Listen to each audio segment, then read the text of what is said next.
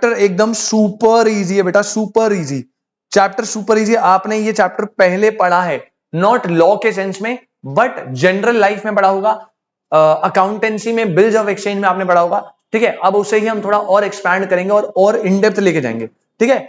10 से 15 नंबर की वेटेज है और चैप्टर आप लगाओ मुश्किल से 15 से 20 पेजेस का है, मुश्किल से, ठीक है। वो बुक में है, मैं 20 पेज बुक के बता रहा हूं, नोट्स में तो हम देखेंगे कितना बनेगा, बट 15 से 20 पेज में रैप अप हो जाएगा आपका चैप्टर। चैप्टर कंपैरेटिवली छोटा है।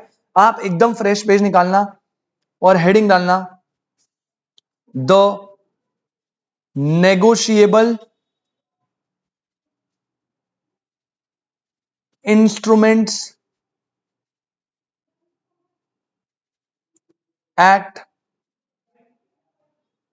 1881, नेगोशिएबल इंस्ट्रूमेंट्स एक्ट 1881, ठीक है। सारे एक्ट जो इतने पुराने बन रहे हैं तब कोई कॉन्स्टिट्यूशन होती थी? बेटा कैसी बात कर रहे हैं भाई, बहुत पहले से कॉन्स्टिट्यूशन होती थी, 1949 से है शायद, नहीं 51, बहुत पहले से भाई। भाई ये कॉन्स्टिट्यूशन, सॉरी मतलब जब कॉफी, हाँ एक कॉफी। भाई ये जो सीन है ना, मैं पहले बता दूं, इंडियन कॉन्स्टिट्यूशन का नहीं है ये ब्रिटिश, इंडियन कॉन्स्टिट्यूशन तो 1951 में आया है बेटा, ये बाहर के कॉन्स्टिट्यूशन थे, ये बाहर के लॉज है। अब जब इंडियन कॉन्स्टिट्यूशन बना तो इंडियन वालों ने कहा यार अपने को भी कॉन्ट्रैक्ट चाहिए, तो अब क्या अपन पूरा बनाने थोड़ी बैठे, क्या ब्रिटिश का आजा उठा ले, ये चेंज कर दे, चिपका दे। तो जितने भी एक्ट है वो सब, जो कंपनीज एक्ट है, अब कंपनीज एक्ट पता है कब का बना है, पहले का बना हुआ है, वो अमेंड होता रहता है। अब जैसे नेगोशिएबल इंस्ट्रूमेंट है, ये 1881 का एक्ट है मेजर, लेकिन इसमें इंडियंस ने जब लिया तो अपने अकॉर्डिंगली अमेंडमेंट्स करे, कुछ कुछ अमेंडमेंट हुई है, लेकिन जब तक मेजर अमेंड नहीं होता ना तब तक ईयर चेंज नहीं होता। तो इसमें 2015 में अमेंडमेंट हुई है अपने अकॉर्डिंग, लेकिन मेजरली क्योंकि एक्ट पुराना ही है अभी तक, तो 1881 की एक्ट डेट है। क्लियर है? तो बेटा नेगोशिएबल इंस्ट्रूमेंट एक्ट, अब इसमें बेसिक बातें तो आपको पहले से बताए भाई। एक्ट की जो एनफोर्सेबिलिटी है वो कब की है बेटा, 1881। ऑल्दो ये अमेंड हुआ है रिसेंटली काफी बार, 3-4 बार हुआ है, बट 1881 की एनफोर्सेबिलिटी है। एक्ट जो है वो क्लियरली आपको दिख रहा है डील करता है एक टर्म में, और वो टर्म सुयश क्या है बेटा, नेगोशिएबल इंस्ट्रूमेंट। अब ये समझ, ये पढ़ के आपको कुछ घंटा समझ आया नहीं कि सर नेगोशिएबल इंस्ट्रूमेंट, आपको लग रहा होगा नेगोशिएशन वो वाला होता है जो आपकी मम्मी पापा मंडी में करते हैं, नेगोशिएशन बार्गेनिंग है ना, इसका उससे कोई लेना देना नहीं है, पहले बता रहा हूं। नेगोशिएबल वर्ड और बार्गेनिंग वाला वर्ड जो नेगोशिएशन होता है, यहां पे कोई कोरिलेशन नहीं है, ये बिल्कुल अलग है। पहले दिमाग से सब निकाल दो जो भी आता है, ठीक है। एक्ट का नाम है नेगोशिएबल इंस्ट्रूमेंट एक्ट 1881, एनफोर्सेबिलिटी आई थी 1881 से, एप्लीकेबल होता है होल ऑफ इंडिया, अब इंक्लूडिंग जम्मू एंड कश्मीर में भी। अब पहले हम समझते हैं कि नेगोशिएबल इंस्ट्रूमेंट होता क्या है, बहुत आराम से ब्रेक ब्रेक करके समझाऊंगा बेटा, आप मेरे साथ नोट्स बनाते चलना प्लीज, मेरे साथ साथ बिल्कुल ऑन पॉइंट नोट्स बनाते चलना। नेगोशिएबल इंस्ट्रूमेंट एक्ट 1881, बेटा यहां पे दो टर्म है, ऐसे ही बनाना जैसे बना रहा हूं, एक है नेगोशिएबल प्लस एक है इंस्ट्रूमेंट। दो वर्ड है, नेगोशिएबल एंड इंस्ट्रूमेंट।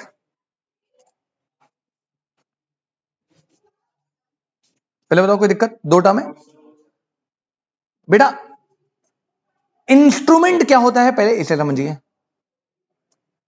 इंस्ट्रूमेंट होता है, it is a document through which, it is a document through which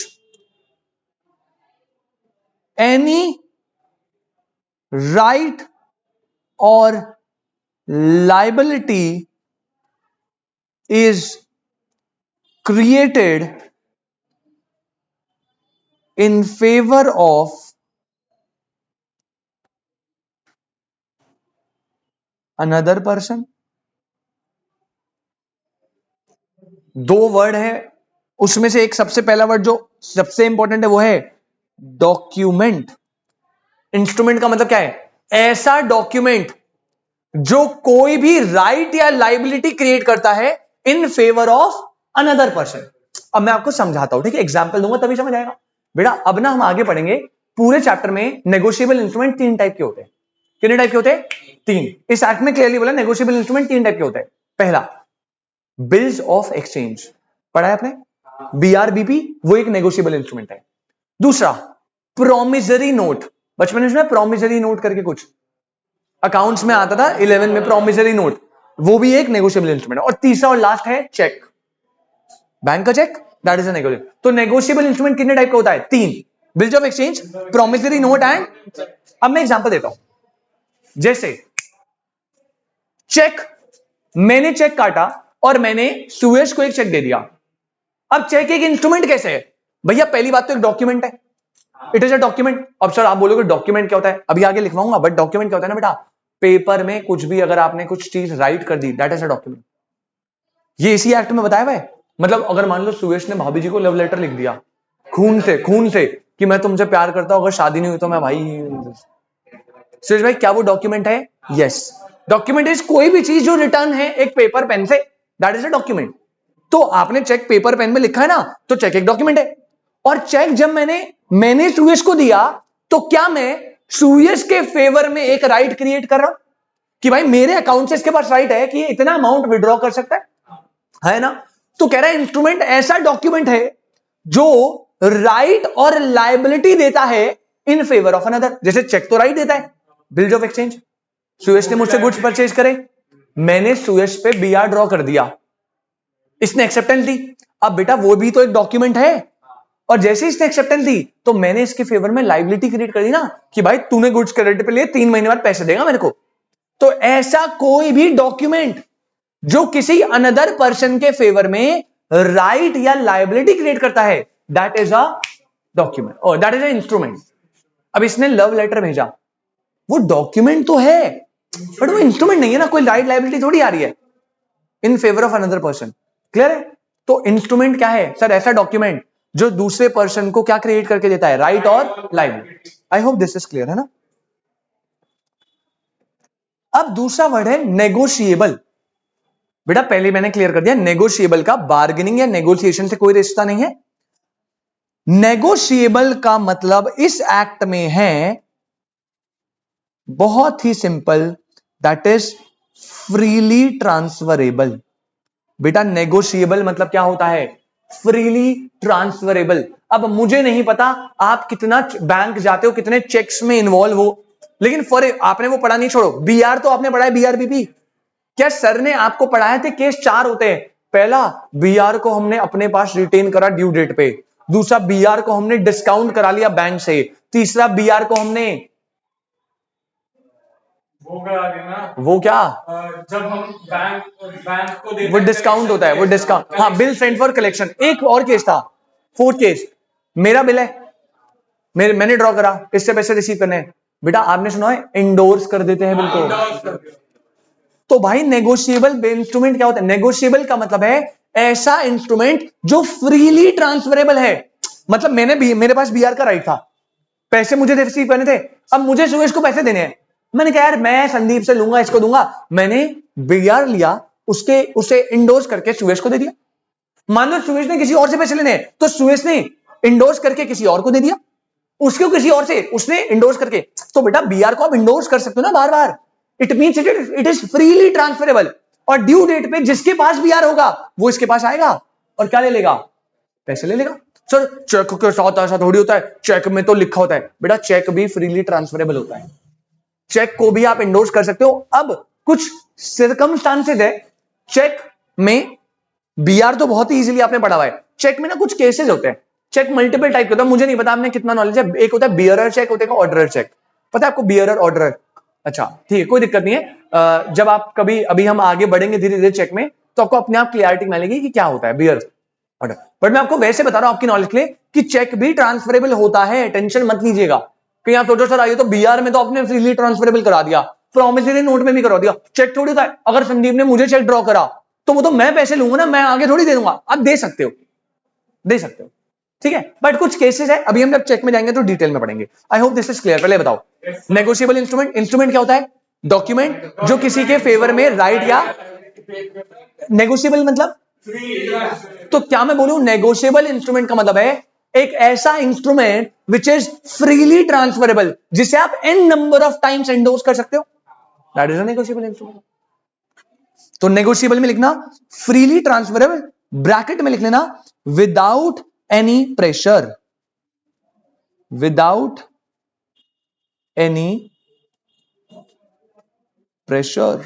three instruments यहीं भी बना के लिख दूं क्या? नहीं, अभी लिखेंगे, सब लिखेंगे, टेंशन क्लियर है. तो बेटा नेगोशिएबल इंस्ट्रूमेंट जो है, अगर मैं उसकी डेफिनेशन देने पर आया, तो अब आप डेफिनेशन लिखना चालू करिएगा. फिर सबसे पहले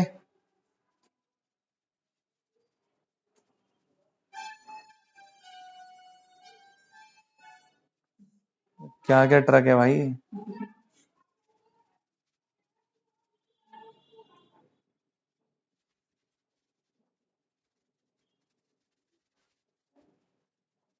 नेगोशिएबल इंस्ट्रूमेंट लिखना बेटा definition.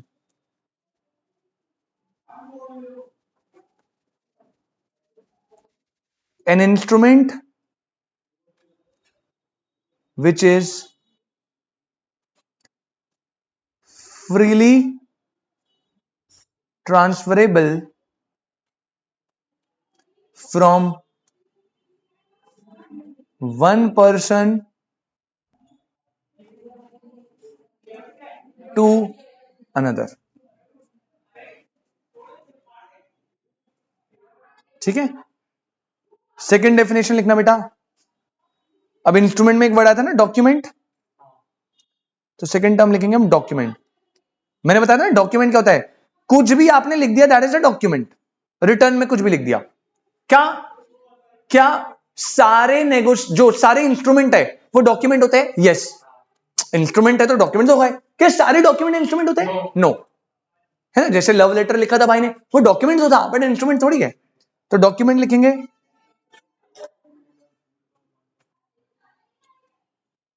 Anything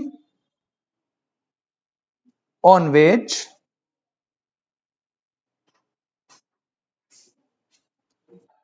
something is written is called, thank you भैया, document. Anything on which something is written is called document. जैसे भाई ने लिखा था भाभी जी के लिए लव लेटर, तो लिख लेना एग्जाम्पल में सुयश ने, सर ये सच में लिखना एग्जाम्पल? हाँ भाई, भाभी जी को लव लेटर दिया.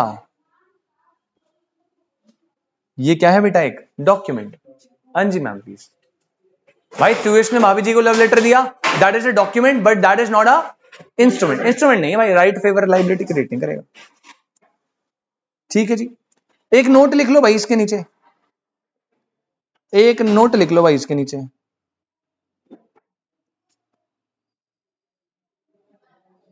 All instruments are a document,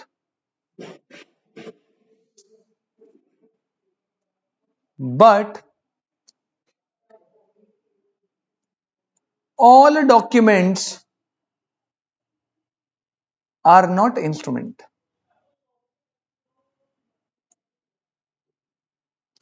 But all documents are not instruments. I hope बेटा ये क्लियर है. आगे चलो फिर. इसी के नीचे आप लाइन के सेंटर में लिख लेना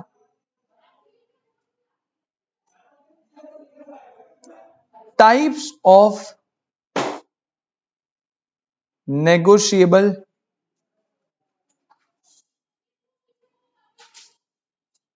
इंस्ट्रूमेंट्स.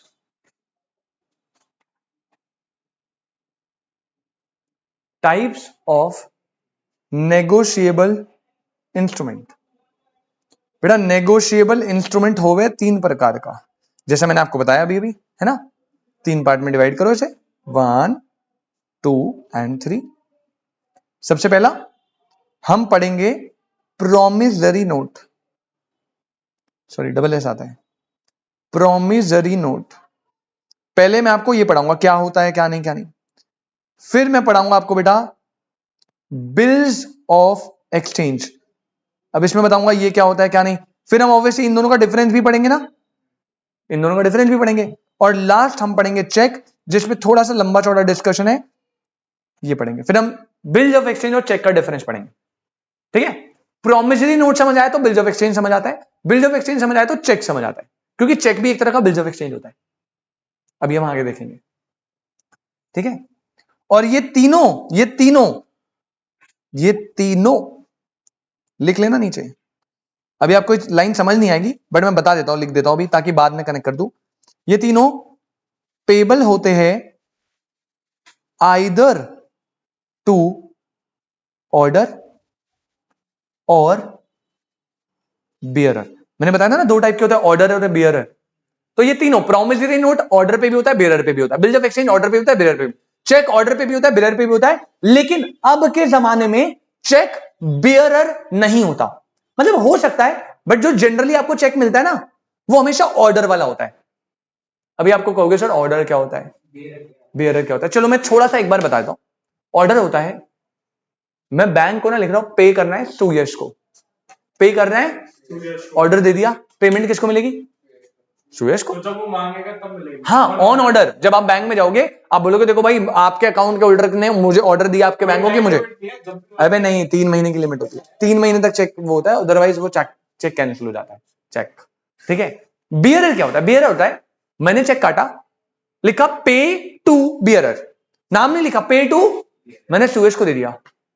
बेटा बियरर चेक होता है या बियरर इंस्ट्रूमेंट होता है जो बैंक के पास लेकर जाएगा उसे पैसे मिल जाएंगे। अच्छा, अब जैसे मैंने चेक काटा, पे टू बियरर 1 लाख रुपए, मैंने सुरेश को दे दिया, ले भाई तेरी पेमेंट, इससे चेक हो गया, संदीप को मिल गया, संदीप गया चेक दिया, पैसे लेके आ गया। अब ये रिस्की है ना थोड़ा, तभी इंडिया में बेयरर चेक कम होते हैं।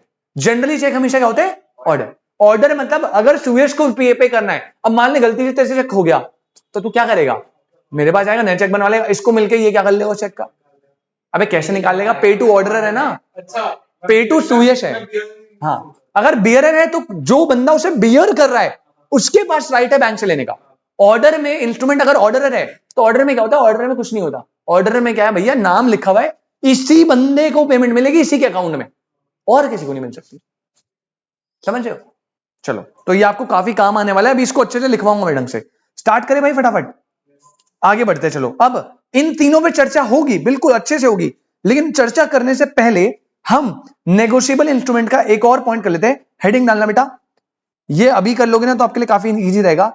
Essential characteristics of negotiable instrument, essential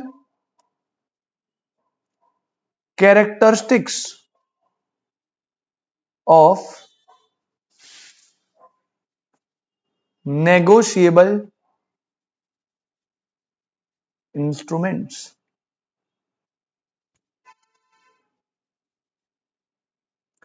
essential characteristics of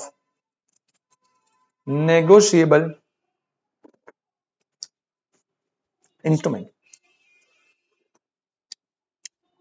Sandeep भाई, क्या मैंने promissory note, bills of exchange, cheque mention करा है, या मैंने नेगोशिएबल इंस्ट्रूमेंट बोला है?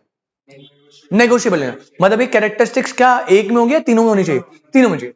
अब जब हम पर्टिकुलरली किसी और की कैरेक्टरिस्टिक्स पढ़ेंगे ना, जैसे अब मैं पढ़ाऊंगा characteristics of bills of exchange, तो ये वाली कैरेक्टरिस्टिक्स तो सब में कॉमन है, और कुछ अलग से जो बिल्स ऑफ एक्सचेंज की सेपरेट होगी, चेक की सेपरेट होगी, प्रोमिसरी नोट की सेपरेट होगी।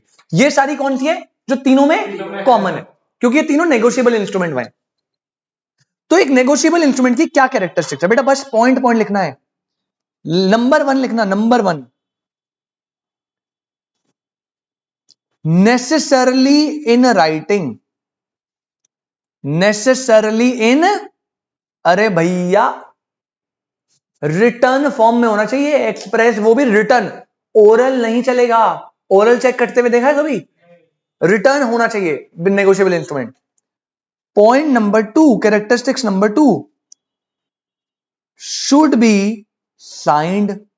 कोई भी इलॉजिकल पॉइंट हो तो प्लीज बता देना बेटा, नेगोशिएबल इंस्ट्रूमेंट क्या होना चाहिए, साइंड। जैसे एक बात बता, मैंने सुएश पे बीआर ड्रॉ कर दिया तो काम खत्म नहीं, अबे पहले जाके उससे एक्सेप्टेंस लूंगा ना, जब वो एक्सेप्टेंस देगा तब बीआर ड्रॉ होगा। मेरे बीआर बनाने से बीआर ड्रॉ नहीं हो जाएगा ना, है ना, पढ़ा है ना, BR ड्रॉ होता है फिर एक्सेप्टेंस होती है, राइट। चेक अगर कटा तो भाई मैं चेक को साइन करूंगा ना, तभी तो पेमेंट जाएगी सुयश को, तो it should be in writing always signed होना चाहिए। नेक्स्ट देखो, क्योंकि नेगोशिएबल इंस्ट्रूमेंट है, बेटा नेगोशिएबल वर्ड का मतलब क्या था, फ्रीली ट्रांसफरेबल, तो थर्ड प्रॉपर्टी है फ्रीली ट्रांसफरेबल फ्रॉम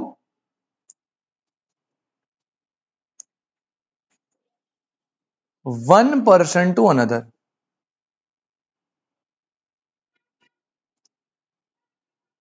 ये पॉइंट नंबर 3 हो गया। इसके बाद point number 4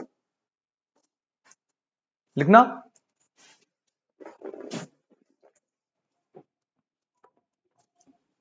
holder title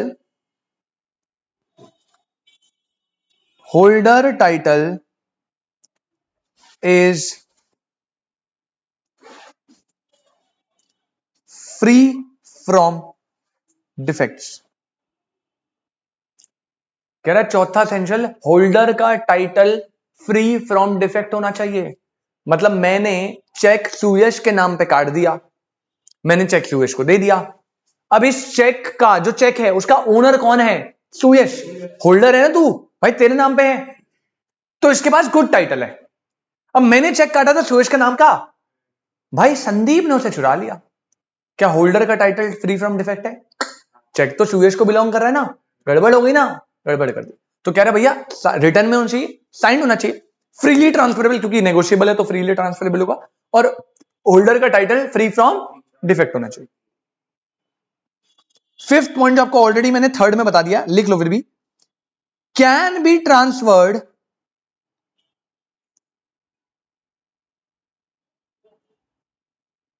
any number of times till it's satisfaction.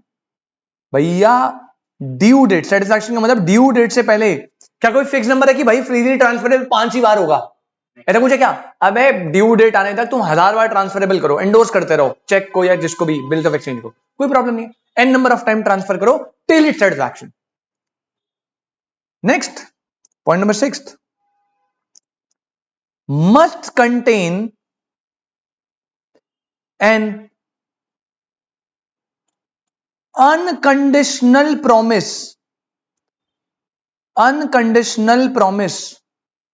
or order to pay money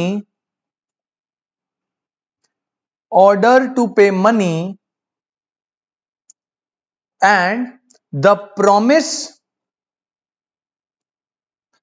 और ऑर्डर टू पे, जो भी है ये आपको भी समझ आ जाएगा क्या बोल रहा है, must consist of money only. बेटा दो बातें बोली है, पहला हमेशा अंडरलाइन कर लेना, नेगोशिएबल इंस्ट्रूमेंट होना चाहिए अनकंडीशनल, नेगोशिएबल इंस्ट्रूमेंट हमेशा कैसा होना चाहिए, अनकंडीशनल। मतलब मैं ऐसे बोल रहा हूं, भाई मैं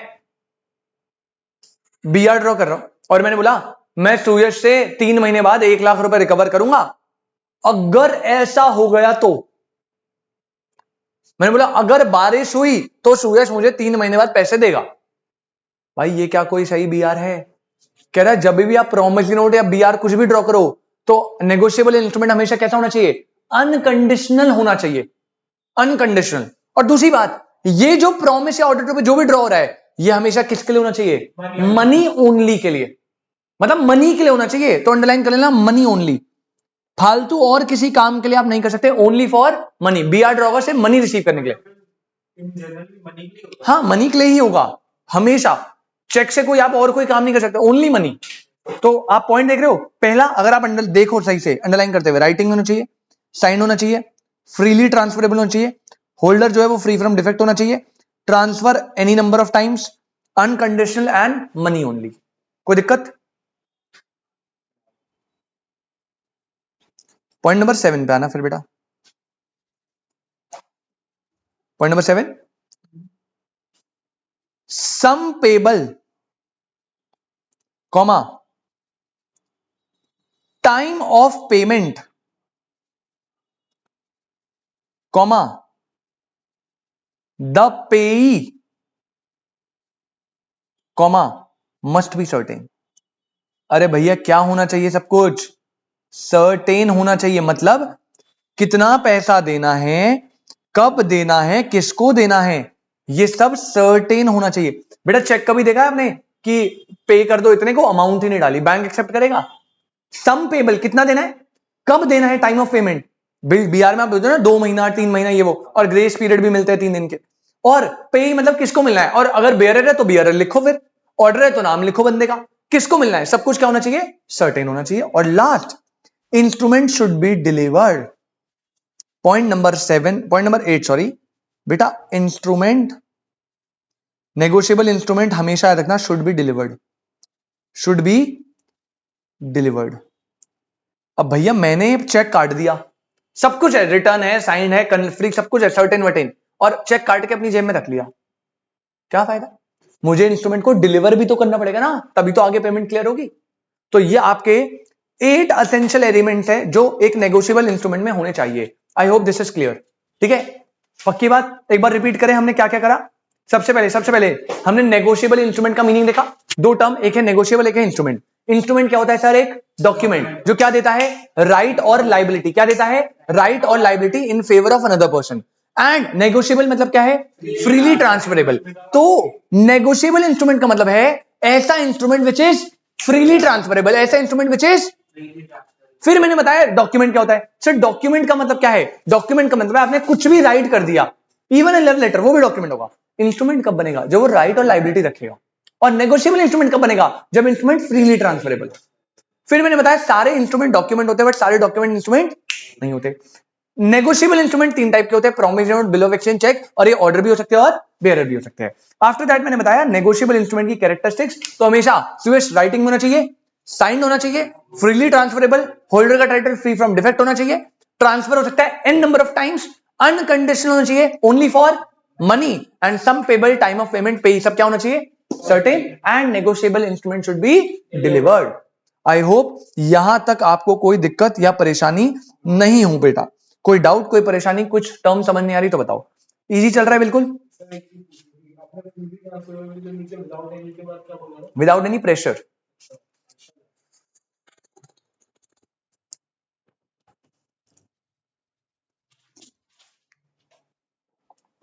समझे क्या? आगे बढ़े। अब तो हो गई जनरल बात, अब हम थोड़ी प्रिसाइज बात करेंगे, लपेटेंगे एक एक करके। पहले किसको करेंगे, बिल ऑफ एक्सचेंज, फिर किसको करेंगे, प्रॉमिसरी नोट, फिर किसको करेंगे, चेक। लास्ट चेक करना है, बाकी इन दोनों में से पहले कोई भी कर लो, लास्ट में चेक करना होता है। ठीक है, क्योंकि उसमें थोड़ा बिल ऑफ एक्सचेंज का ही चीज आती है। तो बेटा पहली हेडिंग डालिए आप, बिल्स ऑफ एक्सचेंज। पहली हेडिंग डालो, बिल्स ऑफ एक्सचेंज।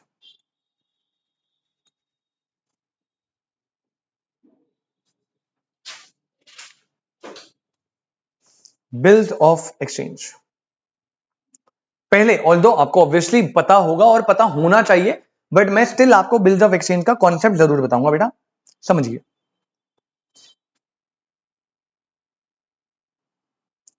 ये है हमारे मिस्टर ए,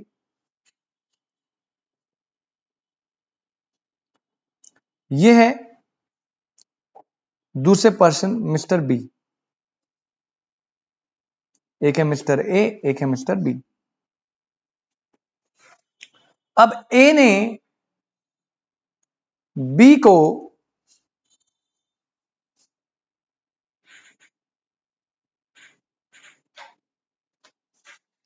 गुड्स सोल्ड करे क्रेडिट पे, तो यहां पे goods sold on credit ₹10 lakh. और इसने बोला भैया यार अभी तो मेरे पे पैसे नहीं है, लेकिन मैं प्रॉमिस करो पक्का गारंटेड कि मैं आपको ये रिटर्न कर दूंगा 2 मंथ्स में। अब देखो बेटा, ए जो है उसे पता है यार ऐसे मुंह बोली बातों पे भरोसा थोड़ी किया जाता है ना, ऐसे तो कोई कुछ भी बोल रहा है। अपन एक काम करते हैं, इसको ना रिटर्न एंड साइंड कर देते हैं, एकदम रजिस्टर्ड कर देते हैं, तो बढ़िया रहेगा ना अपने लिए। प्रूफ रहेगा अपने पास। तो ए जो है वो डिसाइड करता है कि हम एक बिल्स ऑफ एक्सचेंज की चीज सीन करते हैं, negotiable instrument bills of exchange बनाते हैं। अब ए क्या करेगा, ए हमेशा याद रखना, ए कौन है, ए है सेलर, ए कौन है, और बी कौन है, बिल्स ऑफ एक्सचेंज में बिल ड्रॉ कौन करता है, सेलर। तो यहां पे भाई साहब जो है हमारे, ये भाई साहब एक बिल ड्रॉ करेंगे, ये बिल ड्रॉ होगा, ये बिल जो है ये भेजेंगे किसको,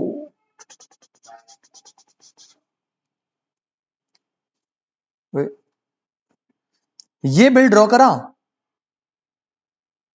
और ये बिल भेजा बायर को, पता है किसके लिए, ऑब्वियसली बेटा साइन भी तो करवाना पड़ेगा ना। तो यहां से जो बायर है वो बिल की एक्सेप्टेंस देगा। तो यहां पे बिल क्या होता है, यहां पे बिल होता है एक्सेप्ट, यहां पे बिल क्या हो गया बेटा, एक्सेप्ट।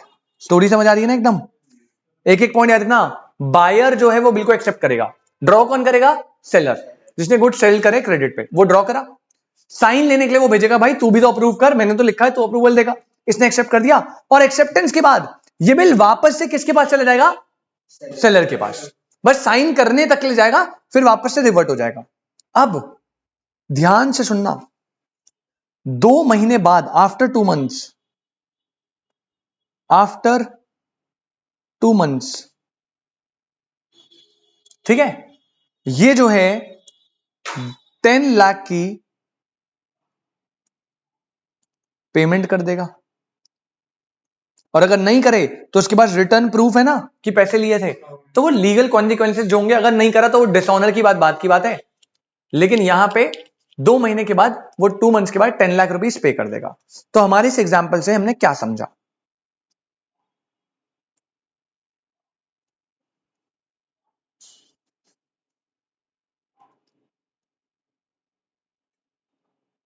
ये भाई ने कर दी पेमेंट,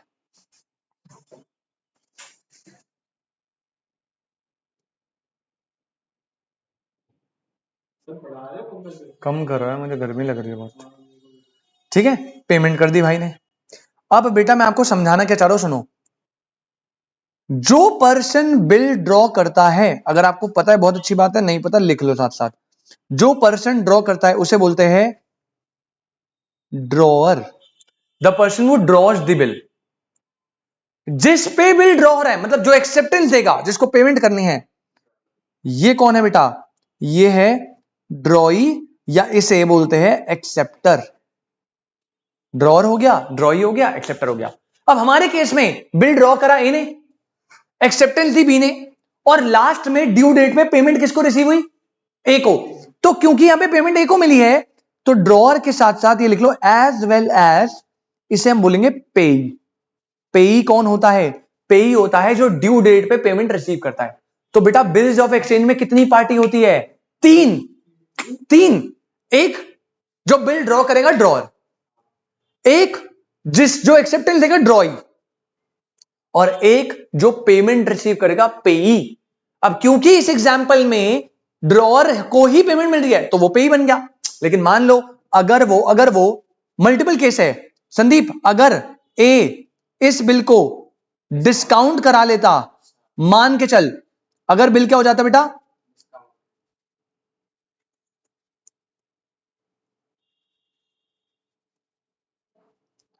डिस्काउंट हो जाता, तो डिस्काउंट होने पर फिर पेई कौन बनता, कौन रिसीव करता, बैंक। अगर मान लो दूसरा केस, ये बिल एंडोर्स हो जाता टू सी, तो फिर पेई कौन बनता, ड्यू डेट पे मिस्टर सी बनता। समझ आ रही है आपको बात। तो यहां पे 3 पार्टी है, ड्रॉअर, ड्रॉई एंड पेई। ड्रॉअर जो बिल ड्रॉ करेगा, जो बिल एक्सेप्ट करेगा ड्रॉई, और जो ड्यू डेट पे उससे पेमेंट रिसीव करेगा दैट इज पेई। और यहां पे समटाइम्स ड्रॉअर एंड पेई may be the same person, may not be the same person, right. ये बात समझ आई। अब सबसे इंपॉर्टेंट बात बता रहा हूं, बिल ऑफ एक्सचेंज में ना याद रखना, ड्रॉअर जो है ना, बिल ऑफ एक्सचेंज में ड्रॉअर जो है वो ड्रॉई को ऑर्डर टू पे करता है। क्या करता है? वो कहता है गुड सेंड करे क्रेडिट पे, वो बिल ड्रॉ करेगा, वो कहता है भाई देख मिस्टर बी जो है वो 2 महीने बाद मुझे 1 लाख रुपए देगा। पूछ नहीं रहा, वो परमिशन नहीं मांग रहा। Bill of exchange is a order to pay, it is a order to pay. वहां पे आप ऑर्डर दे रहे हो कि भाई मैंने तुझे गुड सेंड करे क्रेडिट पे और मैं ऑर्डर दे रहा हूं मुझे 2 महीने बाद पेमेंट चाहिए, तो it is an order to pay. बाकी आप चेक कर लो। पहला, क्या ये राइटिंग में है? यस। क्या ये साइंड है? यस। क्या सम पेबल कब पे करना है और पेई कौन है? पेई जो भी केस डिसाइड होगा, सब कुछ सर्टेन है? यस। क्या इंस्ट्रूमेंट डिलीवर हुआ था? यस। इट इज सब कुछ कंडीशन मीट हो रही है ना। अब चाहे n number of time transfer कर ले, 2 महीने से पहले पहले जितने करने, फ्रीली ट्रांसफरेबल। तो आप देख रहे हो this is called a bill of exchange. I hope बेटा आपको समझ आया। तो लिखिए बिल ऑफ एक्सचेंज की डेफिनेशन। डेफिनेशन बड़ी इंपॉर्टेंट है बेटा, डेफिनेशन लिखो। चलो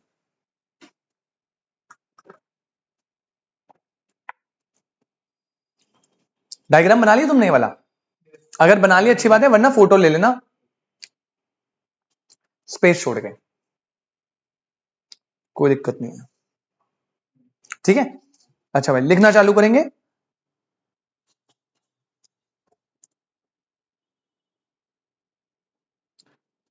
A bill of exchange is a negotiable instrument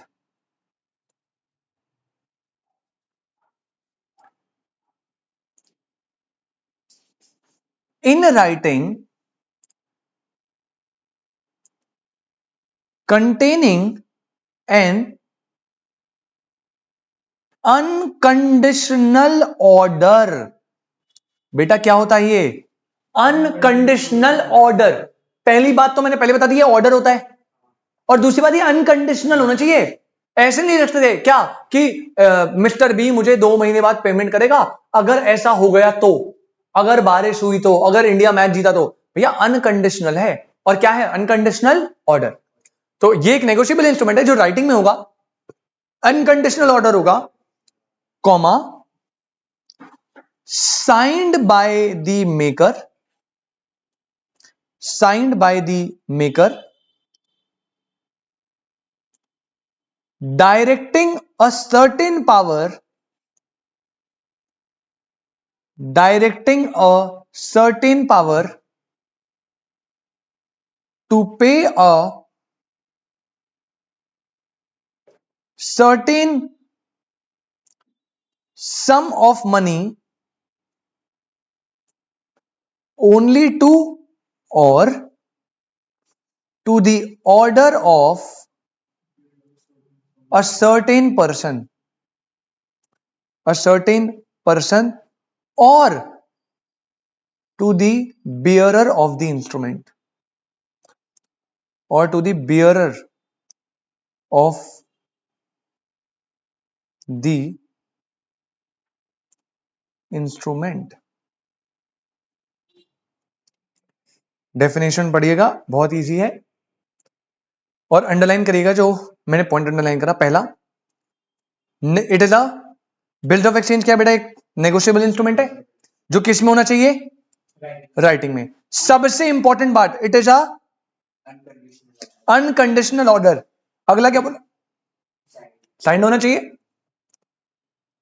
जो डायरेक्ट कर रहा है certain power to pay a certain, बेटा देख रहे हो वर्ड क्या है? Certain sum of money. मैंने बोला था ना सम पेबल सर्टेन होना चाहिए। ओनली टू और to the order of a certain person और टू द बेयरर, या तो उस व्यक्ति को, या उस वो व्यक्ति जिसको बोलेगा, या बेयरर। बेयरर कौन है? जो उसे होल्ड कर रहा है। तो बिल ऑफ एक्सचेंज 3 टाइप से बन सकता है। या तो मैंने लिखा सुयश को मिलेगा, ऑर्डर है, या सुयश से मतलब सर मेरे नाम पे मत काटना, संदीप के नाम पे काट दो, ऑर्डर है, संदीप को मिलेगा। या मैंने लिख दिया पेबल टू बेयरर, इसका मतलब क्या है सुयश? जिसके हाथ में बिल ऑफ एक्सचेंज वो पेई है। अब तू उसे आगे 10 बार भेज दे, जिसके हाथ में ड्यू डेट पे होगा वो पेई है। समझेगा? तो देखिए अब सारे एलिमेंट्स मिल रहे। नेगोशिएबल है मतलब फ्रीली ट्रांसफरेबल है, राइटिंग में होगा, अनकंडीशनल ऑर्डर होगा।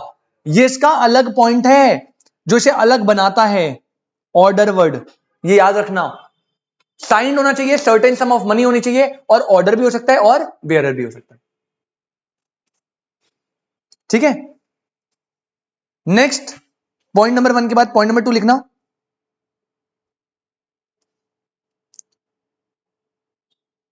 Parties to the bills of exchange.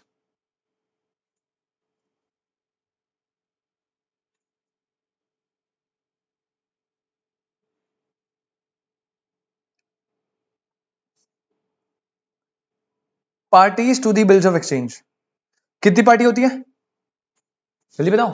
Parties to bill for exchange तीन। तीन, कौन कौन? Drawer, ड्रॉई और पे ड्रॉअर और पेई कभी कभार same सेम होता है।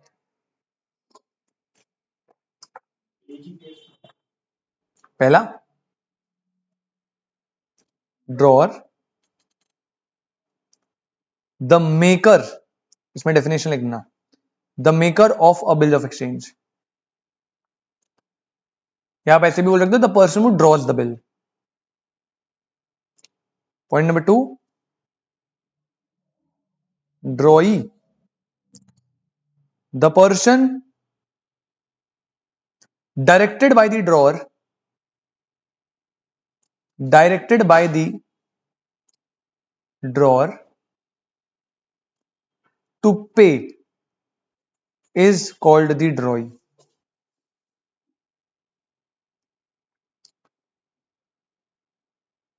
Full stop. इसी में सेकंड पॉइंट लिख लेना एक ड्रॉई के अंदर,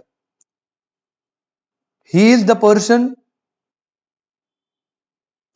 on whom the bill is drawn,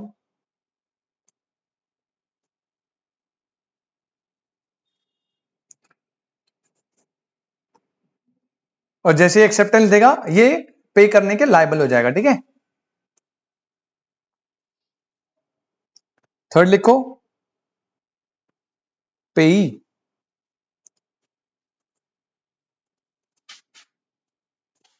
the person named in the instrument, the person named in the instrument, comma, to whom or to whose order the money is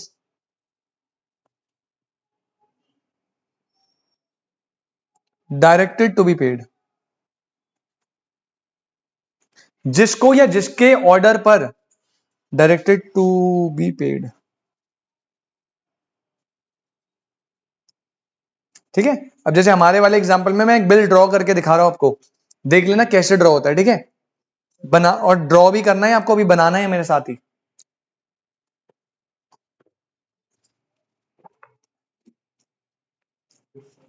ठीक है, एक बॉक्स बनाना जिसमें आप 6 to 7 लाइंस रखेंगे।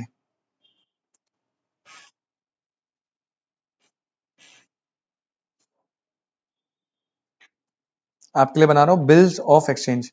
बेटा book में भी बने हुए, बना के देख लेना एक बारी, ताकि आप रिवीजन करोगे ना तो बहुत सिंपल रहेगा आपको समझने के लिए। सबसे पहले ना कैसे बनता है, यहां पर आता है मिस्टर ए। कौन है मिस्टर ए? ड्रॉअर। यहां पे ड्रॉअर का साइन, यहां पे ड्रॉअर का कह रहा हूं, यहां पे ड्रॉअर का नाम आएगा जो ड्रॉ कर रहा है। फिर आएगा डेट, जो ड्रॉ जिस दिन बिल ड्रॉ हो रहा है। मान लो आज कितनी डेट है? 9th of November 2024। ठीक है, ड्रॉअर का नाम आ गया जो ड्रॉ कर रहा है, डेट ऑफ ड्रॉ आ गया कि आज जिस दिन बिल ड्रॉ हो रहा है। फिर यहां पे आप सम पेबल लिखोगे, कितना पेमेंट था? 10 लाख था ना एग्जाम्पल में, 10 लाख लिखा। अब बोलेगा 10 lakh 2 months after date, comma, pay to mister C, जो हमारे पेई है, a sum of 10 lakh rupee for value received. ये टर्म्स यूज हो रही है बेटा, आप देख रहे हो। सम पेबल 10 लाख है, 2 months आफ्टर डेट पता है आपको क्या होता है आफ्टर डेट? हाँ मतलब उस डेट के 2 महीने बाद तक आपको सर ने बताया आफ्टर डेट होता है एक आफ्टर साइट होता है। नालायक हो तुम, मैं मारूंगा इतना डाटा, पेपर में आता है ये अकाउंट्स में, ऐसा हो नहीं सकता सर ना बताए। अच्छा ठीक है मैं समझ गया। हाँ याद बता, आ गया। मारूंगा क्या? याद आ गया। एक होता है आफ्टर डेट बिल, एक होता है after sight bill. After date होता है जो बिल जिस दिन ड्रॉ हो रहा है हम वहां से डेज काउंट करेंगे। आज 9 नवंबर है तो 2 महीने यहां से काउंट होंगे। अगर लिखा होता है 2 months after site, after site मतलब होता है जब ये बिल ड्रॉई के पास पहुंचा, उसने देखा, उस डेट से 2 महीने काउंट होंगे। तो ड्यू डेट कैलकुलेट करना डिपेंड करता है इस पे कि आफ्टर डेट है आफ्टर साइट है। तो यहां आफ्टर डेट, तो 2 मंथ्स आफ्टर डेट, वर्ड क्या है? पे टू सी। क्या वो पूछ रहा है, रिक्वेस्ट कर रहा है, क्या दे रहा है? कह रहा है पे करना है सी को, मेंशन कर दिया ना, सी कौन है? पे ही है। A sum of 10 lakh for value received. अब यहां पे बेटा इसके इतने लिखने से तो होगा नहीं, यहां पे लिखेगा टू मिस्टर बी, जो कौन है बेटा? ड्रॉई।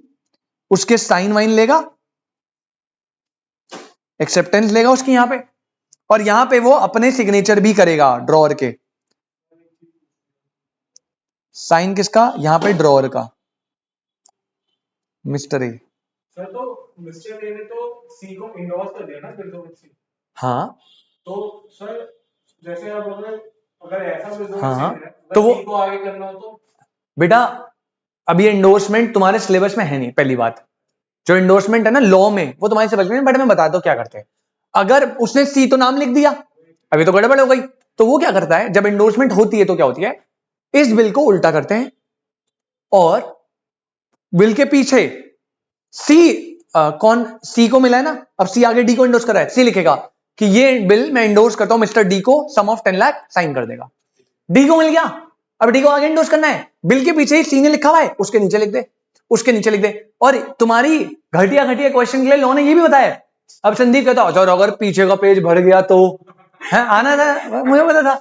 तो लॉ ने बोला अगर आपके बिल ऑफ एक्सचेंज में पीछे कोई स्पेस नहीं बचा तो आप उसमें एक प्रॉपर पेज अटैच कर दीजिए और वहां पे अपनी कहानी लिखते, बुक बना दीजिए सर इंडोर्समेंट की, कोई दिक्कत नहीं है, फ्रीली ट्रांसफरेबल। मैंने पहले ही बता दिया क्योंकि मुझे पता था अगला क्वेश्चन यही आएगा।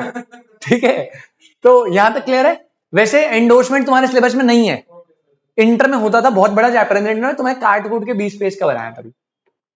चलो क्लियर है भाई कैसे करना है? चलो हेडिंग डाल लो बेटा इसके नीचे, बस बिल्स ऑफ एक्सचेंज खत्म हो गया। एक लास्ट चीज और बता रहा हूं, essential characteristics of bills of exchange. अब आप कहोगे सर ये करवाई तो थी बेटा, ये तो नेगोशिएबल की थी ना, ये वाले पॉइंट तो सारे होंगे ही होंगे, एक एडिशनली और होगा। चलो हाँ ले ले बेटा, फुटबॉल ले ले, ठीक है। लास्ट हेडिंग डाल दो बेटा, essential characteristics of bills of exchange. Chapter सही लग रहा है आपको? मैंने बोला ना हलवे, एलएलपी पढ़ोगे मजा आ जाएगा, कंपनी पढ़ोगे और मजा आ जाएगा, तुमको कैसे मेहनत नहीं है, जल्दी जल्दी निपटेंगे। सर पेपर में ऐसे भी लिखकर ड्रॉ नहीं करके, ना ना ना ड्रॉ नहीं करना भाई, वो बस तुम्हें ना ये लाइन सिखाने के लिए था। आफ्टर डेट होता है, देखो पे टू सी कैसे लिखा हुआ है, लिखने के तरीके से डिसाइड होता है कि ये बिल्स ऑफ एक्सचेंज है या ये प्रोमिसरी नोट है, क्योंकि ना कंफ्यूजन होगी तुम्हें, तब तुम्हें यही क्लियर करेगा कि लिखा कैसे है। और आगे मैं टाइप्स ऑफ इंस्ट्रूमेंट पढ़ाऊंगा, उसमें कहा था एम्बिगियस इंस्ट्रूमेंट, वो आपको तभी समझ आएगा जब ये और प्रोमिसरी नोट बनाकर दिखाऊंगा। तो ये बना लेना, ऐसे मत समझना सर टाइम पास के लिए बना रहे, एम्बिगियस में काम आएगा ये। चलो आ जाओ भाई, essential characteristics of bills of exchange.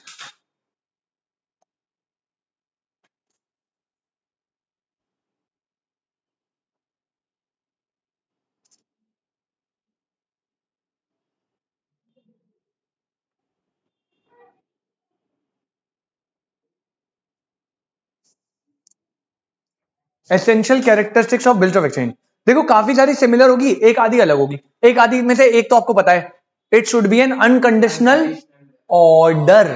क्या वर्ड है? बिल्स ऑफ एक्सचेंज हमेशा एक ऑर्डर होता है। तो चलो पहले फटाफट जल्दी जल्दी लिखना मेरे साथ साथ। पहला must be in writing, must be in writing, जल्दी लिखो। Point number 2, must contain an express order to pay, ये तो मैंने सबसे इंपॉर्टेंट बताया, must contain an express order to pay, order है बेटा, ऑर्डर। तीसरा, ऑर्डर जो है ये कंडीशनल होना चाहिए, अनकंडीशनल? अनकंडीशनल होना चाहिए। तो लिखो order to pay must be definite and unconditional. Order to pay जो है वो डिफाइनाइट और अनकंडीशनल होना चाहिए। Drawer must sign the instrument. बेटा ड्रॉई तो करेगा, ड्रॉअर को भी साइन, आप देख लो नीचे मैंने लिखवाया था ड्रॉई ड्रॉअर दोनों के साइन होते हैं, तो दोनों पार्टी के साइन होने चाहिए। फिर फिफ्थ और लास्ट, ड्रॉअर, ड्रॉई एंड पेई must be certain, must be certain. बेटा कौन ड्रॉ कर रहा है? ए। कौन ड्रॉई है? बी, जो पे करेगा। और पेई में आप सी लिख दो, आगे तो वो एंडोर्स करने के लिए पीछे लिख देगा डी एफ। अगर आपको बियरर बनाना है तो लिख दो बस पेबल टू बियरर। क्या लिखेंगे? पेबल टू बियरर, वो लिख दो। फिर जिसके पास इंस्ट्रूमेंट जाएगा उसको पेमेंट रिसीव होगी। ठीक है। और एक और चीज बताऊं, बियरर में ना, बियरर में एंडोर्समेंट पता है कैसे होती है? लिखना पड़ता होगा कुछ। बियरर क्या होता है? बियरर होता है जिसके हाथ में आया। तो अगर मुझे, मेरे पास चेक है या बिल ऑफ एक्सचेंज है जो पेबल टू बियरर है और मुझे उसे एंडोर्स करना है, तो मुझे उसकी डिलीवरी करनी है या लिखना है या दोनों करना है? सिर्फ डिलीवरी करनी है। लिखेंगे क्यों?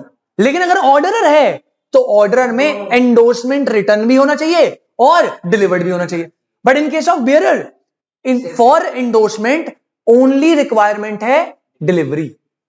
बियरर में डिलीवरी करी, एंडोर्स हो गया, इसने आगे डिलीवरी करी, एंडोर्स हो गया। लेकिन ऑर्डर में तो भाई वहां लिखा ना सी को पे करना है, तो जो एंडोर्स कर रहा है एंडोर्सर, उसे लिखना भी पड़ेगा, फिर डिलीवर भी करना पड़ेगा, तब एंडोर्समेंट कंप्लीट होती है। ये आएंगे, हम पढ़ेंगे आगे। ठीक है। ड्रॉअर, ड्रॉई, पे सब सर्टेन होनी चाहिए। हो गया खत्म? नोट लिखो। नहीं खत्म हो गया, नोट लिखो। All these parties may not necessarily be three different person। बेटा लिखवा दिया था मैंने पहले ही। जरूरी है क्या ड्रॉअर, ड्रॉई और पेई ये तीनों? तो भी तो हो सकते हैं। कब हुआ? जब ड्रॉअर और पेई, ड्रॉअर और ड्रॉई तो हमेशा अलग ही होंगे, बट हाँ ड्रॉअर पेई सेम हो सकते हैं। All these party may not necessarily be three different person, three different person, comma, यहां लिख लो ड्रॉअर और पेई सेम हो सकते हैं एंड दूसरी पार्टी ड्रॉई होगा। तो यहां पे भी दो डिस्टिंक्ट पर्सन रिक्वायर्ड है। यहां पे लिख लो देयर मस्ट बी, तीन नहीं चाहिए हमें, कितने पार्टी चाहिए? टू डिस्टिंक्ट पार्टी होगी। हो सकता है तीन भी हो जाए, कोई दिक्कत नहीं है, दो हो जाए कोई दिक्कत नहीं है। अच्छा सॉरी, खत्म नहीं हो भाई, अभी बचे हैं। ये फिफ्थ के अंदर नोट था, सॉरी, कोई नहीं, कंटिन्यू हो गया। चलो पॉइंट नंबर 5 के बाद पॉइंट नंबर 6 लिखो। सब पता है आपको, सम मस्ट बी सर्टेन। बेटा ऊपर जो बनाया था उसमें 10 लाख रुपए लिखे थे ना, ऊपर अमाउंट में भी लिखे थे और नीचे अल्फाबेटिकली भी लिखे थे, तो सम सर्टेन होना चाहिए। 7th, order must be to pay money only. क्या ये बताना है भैया? सिर्फ किसके लिए होना चाहिए? मनी के लिए। ऐसे नहीं कि मुझे गुड्स डिलीवर करने उसके लिए बीआर ड्रॉ कर रहे हो, बीआर सिर्फ मनी के लिए होना चाहिए। और इट मस्ट बी स्टैम्प्ड। ये एक नया पॉइंट आ गया। अब क्या ये नेगोशिएबल के उसमें था? क्या लास्ट वाला पॉइंट नेगोशिएबल में था? मतलब there are certain negotiable instrument जहां पे स्टैंपिंग की रिक्वायरमेंट, जैसे आप चेक ड्रॉ करते हो, चेक में स्टैंप करते हैं। सर स्टैंप क्या होता है? बेटा स्टैंप ना आपको नोटरी पे जाना होता है और स्टैंप लगवानी होती है, 50, 100 रुपए, 150, जितने भी लगेगा, सर्कमस्टांसेस पे डिपेंड करता है। याद रखना, सारे नेगोशिएबल इंस्ट्रूमेंट स्टैम्प नहीं होते। एग्जांपल चेक दे दिया मैंने, चेक में स्टैम्प नहीं लगती, लेकिन बिल ऑफ एक्सचेंज में उसकी वैलिडिटी तभी होगी जब वो क्या होगा? अगर आपने पूरा बिल ड्रॉ कर लिया, साइन है, रिटर्न है, सम पेबल है, आपने साइन कर लिया, ड्रॉई से साइन कर लिया, इंडोर्स सब कुछ कर दिया, स्टैंप नहीं करवाया, बिल ऑफ एक्सचेंज इनवैलिड है। Stamping is necessary essential characteristics. पहले बताओ क्या समझ आया? एक भी पॉइंट अगर नहीं मिला ना तो बिल ऑफ एक्सचेंज नहीं है, फिर खराब हो गया, वो इनवैलिड है, पैसे नहीं मिलेंगे आपको। सर लास्ट वाले क्या डिफरेंट है ना? और कोई पॉइंट बेटा, 2 पॉइंट डिफरेंट है। पहला ऑर्डर वाला पॉइंट, ये ऑर्डर, नेगोशिएबल में कोई ऑर्डर नहीं होता, नेगोशिएबल में ऑर्डर भी हो सकता है, प्रॉमिस भी हो सकता है, अभी डिफरेंस बता दूंगा। बट यहां पे ऑर्डर होता है कि भाई पैसे देगा, और दूसरा स्टैम्प होना चाहिए, बाकी सारे तो मेरे हिसाब से। हाँ, और एक और पॉइंट डिफरेंट है, यहां पे 3 पार्टीज हो सकती है, यहां पे 3 पार्टी होती है, चेक में कितनी होती है? 2, प्रोमिसरी नोट में भी 2 होती है, यहां पे 3 पार्टी होती है। ठीक है, बिल ऑफ एक्सचेंज होता है, खत्म, आगे बढ़े। बस ऐसे बिल ऑफ एक्सचेंज कर लिया, प्रोमिसरी नोट करेंगे, फिर चेक करेंगे। चेक में ना, चेक खत्म करने के बाद चेक में कुछ और थोड़ी बहुत ही बातें हैं, और नेगोशिएबल के कुछ टाइप्स है, फिर चैप्टर खत्म हो जाएगा। पन्ना नंबर मिल जाएंगे 10 से 15 मैंने बोला था, स्मूथ चलेगा, आपको पता नहीं चलेगा इसके बाद कब सिलेबस भग गया। तो आपको पहले सारा लगा देना चाहिए था, फिर नहीं contract बेटा, करा नहीं नहीं, अगर हम पहले सारा कर लेते ना और फिर कॉन्ट्रैक्ट कर दे तो तुम ना पेशेंस लूज करते, फिर तुम्हारे दिमाग में पता है क्या था, साला कॉन्ट्रैक्ट छोड़ देते।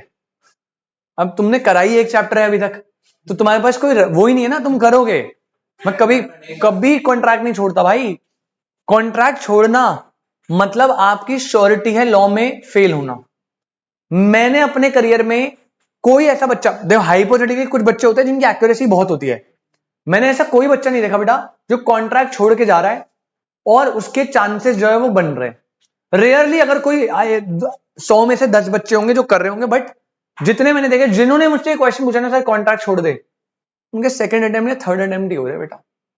तो कॉन्ट्रैक्ट छोड़ना भाई एक सुसाइड नोट है, जेन्युइनली बता रहा हूं आपको। क्योंकि आप लॉ में कितना भी अच्छा लिख लो, मार्क्स कटेंगे। अब देख 30 नंबर तू छोड़ रहा है, बचे कितने? 70। अब तुझे भी पता है 70 में से तुझे भी पता है कि भाई तू कंपनी एलएलबी चार्ट के थोड़ी जाएगा, उसमें भी तो छोड़ेगा ना टॉपिक, उसमें भी तो तुझे याद नहीं होंगी कुछ चीजें। अब उसमें से मान लो 10 से 15 नंबर आपने वैसे छोड़े, तूने अटेम्प्ट कितना करा? 60 नंबर का। बेटा लॉ में मार्क्स कटते हैं थोड़े बहुत, चलो भर के नहीं भर के तो नहीं कटते ऐसे, बट कटते हैं। तो वो 60 में से ना 40 कन्वर्ट करना उन बच्चों के लिए जिनकी इंग्लिश वीक है मुश्किल हो जाता है। अगर आपको लर्न है तब तो बहुत अच्छी बात है, अगर आप बना के आने वाले हो तब तो आपके मार्क्स पानी की तरह कटेंगे जो बनाते हैं बच्चे। जहां 6 मिल रहे हैं वहां 6 में से 2, जेन्युइनली बता रहा हूं, जो बना के आते हैं और आपकी इंग्लिश भी वीक है। तो अभी मैं आपको बोल रहा हूं लर्न, मार्क्स कटने का चांस ही मत दो। ऐसे करो कि अगर हम 70 नंबर का पेपर कर रहे हैं, और मैं तो चाहता हूं आपको बल्कि भगवान करे 10 नंबर का आए ना, 10-15 नंबर तुम्हें आता ना हो, क्योंकि जो बच्चा 100 का करता है ना टारगेट, जेन्युइनली बता रहा हूं, पेपर इतना लेंदी, आप पिछली बार का पेपर उठाना। अरे नेगेटिव मार्किंग थोड़ी है सर। अरे बेटा जब तू मेंटली रहेगा ना कि मुझे पूरा पेपर करना है, तो तू ना क्वेश्चन में क्वालिटी छोड़ देगा और पूरा पेपर हो ही नहीं पाएगा। मैं बता रहा हूं पूरा पेपर नहीं हो पाता भाई। अगर आप अननेसेसरी बहुत अच्छे पूरे प्रोविजन रट के कोई राइटिंग स्पीड एकदम फास्ट है तब शायद हो जाए, लेकिन मैंने पिछली बार 170 स्टूडेंट्स थे मेरे पास ही, के 170 स्टूडेंट्स में से एक भी बच्चे ने मुझे नहीं बोला कि सर मेरा लॉ का पेपर कंप्लीट हुआ है। सर 10 नंबर 80 अटेम्प्ट करे, 85 अटेम्प्ट करे, 85 वाज द मैक्सिमम शायद, बट जनरली 75-80 नहीं हो पाता भाई अटेम्प्ट। तो वो भी आपको मेंटेन करनी है स्पीड। चलो बहुत ज्ञान हो गया, आगे आओ प्रोमिसरी नोट।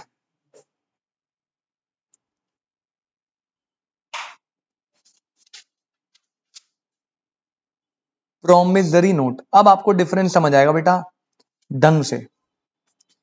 अब ये भी एक नेगोशिएबल इंस्ट्रूमेंट ही है, लेकिन थोड़ा सा अलग।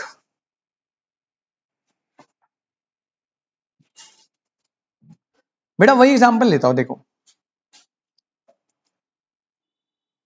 मिस्टर ए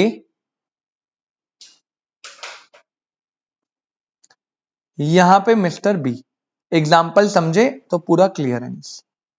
आपको याद है ए ने बी को गुड सेल कर दिया ऑन क्रेडिट कितने के? 10 लाख। वेरी गुड, तो लिखो यहां पे goods sold on credit 10 lakh. अच्छा, पहले वाले में बी ने बोला था भाई मैं 2 महीने में पैसे दे दूंगा, ए ने कहा भाई मुझे तेरे पे भरोसा नहीं है, मैं ना बिल ड्रॉ करूंगा। लेकिन इस बार बी बहुत अच्छा इंसान है। बी ने कहा यार मैं ऐसे भरोसा क्या, मैं ऐसे एकदम ट्रस्ट देता हूं, और ट्रस्ट में उसने पता क्या करा, ए के बोलने से पहले भाई साहब बी ने रिटर्न एक प्रोमिसरी नोट ड्रॉ कर दिया। अब पहली चीज आपको समझ आई बेटा, हाँ जी, ये था सेलर जो गुड सेल कर रहा था, ये था बायर। अगर आपको याद हो, बिल्स ऑफ एक्सचेंज में बिल ड्रॉ करता है सेलर जिसे पेमेंट रिसीव करनी है, वो ऑर्डर देता है ए पैसे दे 2 महीने बाद। प्रोमिसरी नोट में प्रोमिसरी नोट ड्रॉ करता है बायर, जो सामने से आके एक रिटर्न प्रॉमिस कर रहा है कि मैं आपकी पेमेंट क्लियर कर दूंगा 2 महीने बाद। डिफरेंस समझ आ रहा है? That was a order to pay. Promissory note is what? It is a promise to pay. बिल्कुल, बात समझ आ रही है आपको? वहां पे ऑर्डर टू पे होता है, यहां पे प्रॉमिस टू पे होता है।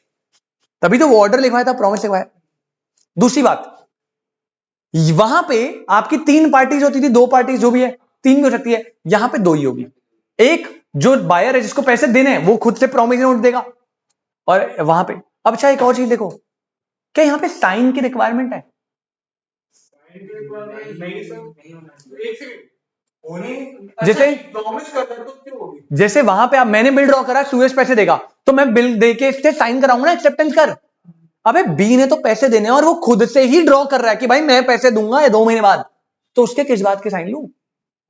समझ रहे हो? साइन आप कर दोगे प्रॉमिस नोट अलग बात है, लेकिन यहां पे साइनिंग की ऐसे एक्सेप्टेंस की कोई रिक्वायरमेंट नहीं है। जैसे साइन, चलो मैं गलत वर्ड यूज कर रहा हूं, वहां पे एक्सेप्टेंस करना कंपलसरी था, यहां पे क्या एक्सेप्टेंस कराओगे? वो ड्रॉ करना ही उसकी एक्सेप्टेंस है कि मैं दूंगा पैसे।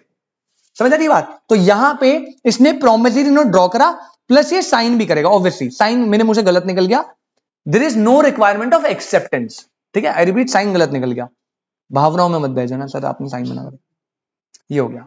ठीक है, तो अब इस पार्टी को बेटा बोलते हैं, हाँ इसने बिल ड्रॉ करा, एक मिनट, पूरा बना देता हूं। इसने बिल को, प्रोमिसरी नोट को ड्रॉ करा, और यहां पे बोल दिया, प्रॉमिस कर दिया on due date promise to pay, that was order to pay, ये है प्रॉमिस टू पे ₹10 लाख। बेटा जो बना रहा है, यानी ये, इस पार्टी को बोलते हैं प्रोमिसरी नोट में मेकर या ड्रॉअर, जो भी आप बोलो, और इस पार्टी को बोलते हैं पेई। क्या बोलते हैं? तो यहां पे कोई ड्रॉ ही नहीं है, यहां पे कोई ड्रॉ ही, 2 पार्टीज होगी फिक्स्ड, एक मेकर यानी ड्रॉअर और एक पेई। पहले बताइए क्या ये बात समझ आई? Promissory note is a unconditional promise और अनकंडीशनल अंडरटेकिंग। आप खुद से ही बोल रहे हो, और वो क्या था? Unconditional order. प्लीज एक क्लियरली अपने दिमाग में, कान में डाल लो बात, वो ऑर्डर था, ये एक प्रॉमिस या अंडरटेकिंग है जो आप खुद से ही बोल रहे हो कि मैं पे करूंगा। ठीक है, वहां पे 3 पार्टी होती है, मे बी 2, यहां पे 2 ही पार्टी होगी, है ना? वहां पे एक्सेप्टेंस की रिक्वायरमेंट है, यहां पे एक्सेप्टेंस की रिक्वायरमेंट नहीं। डिफरेंस समझ आ रहा है सुरेश भाई? चंगा है सब कुछ, कोई थका तो नहीं है ना? हाँ चलो, ये एग्जांपल नोट करा आपने, तो डेफिनेशन लिखते हैं भाई, जल्दी से लिखेंगे बेटा definition. According to section 4 of the, आप पूरा लिख लेना, negotiable instrument act 1881,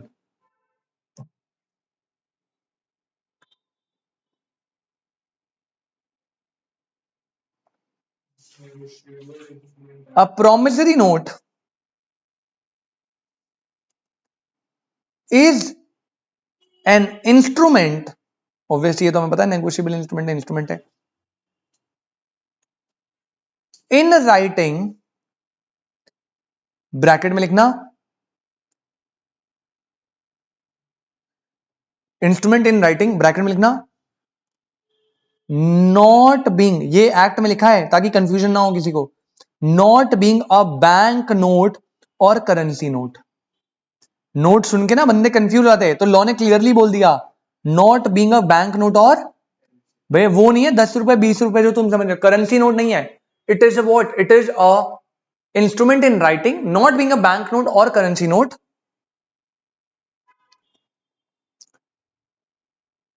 containing an unconditional undertaking. Unconditional undertaking signed by the maker,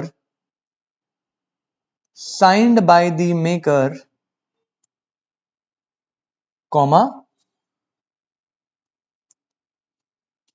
to pay a certain sum of money only to or to the order of a certain person or to the bearer of the instrument. आप देखो सारे keyword आपको यहीं पे दिख जाएंगे जो points है एसेंशियल. अंडरलाइन करना चालू करना भैया. बेटा सेक्शन 4 बता रहा है प्रोमिसरी नोट क्या है. पहला, एक नेगोशिएबल इंस्ट्रूमेंट है, मतलब फ्रीली ट्रांसफरेबल होगा. सुरेश भाई किस में होना चाहिए? In writing. सबसे इंपॉर्टेंट क्या होता है ये? Unconditional undertaking. अंडरटेकिंग मतलब प्रॉमिस, खुद से आप कर रहे हो. दूसरा क्या होना चाहिए? साइंड होना चाहिए. Next, to pay a certain sum of money आ गया. सम पेबल सर्टेन है.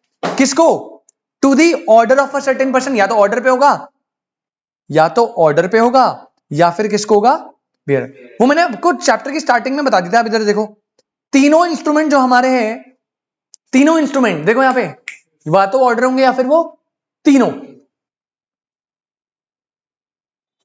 चलो, आई होप प्रॉमिसरी नोट में कोई डाउट नहीं है बेटा, जल्दी से बताइए.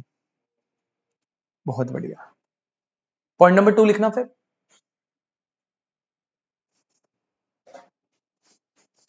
Parties to promissory note. कितनी पार्टीज होती है जल्दी तुम बताओ? ओनली 2. कौन कौन? एक तो ड्रॉअर या मेकर, पे. कैसे होगी थी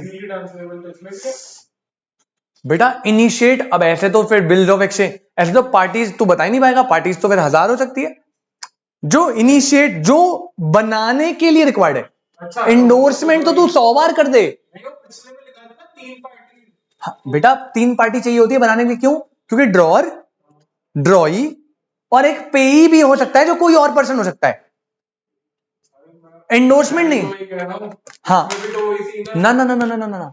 इसमें क्या सीन है ना बेटा, देख, इसमें ना पेई, जैसे मान ले हम बिल ऑफ एक्सचेंज बना रहे हैं, मैंने तुझसे पैसे लेने हैं, मैंने बिल ड्रॉ करा, लेकिन मुझे इसे पैसे देने हैं, तो मैंने पहले ही पेई को इसको लिखवा दिया.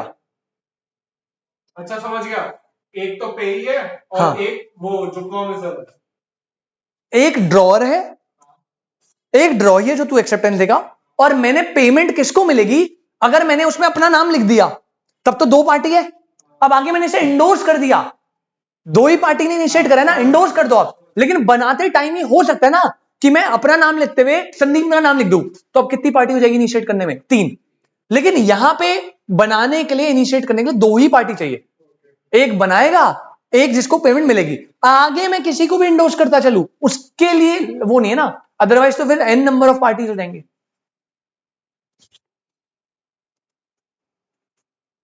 Parties to the promissory note.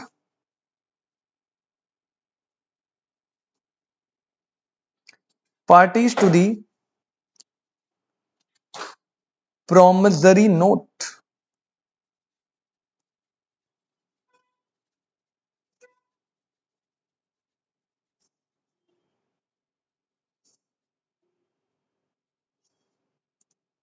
लिखो भाई. पहली होती है maker.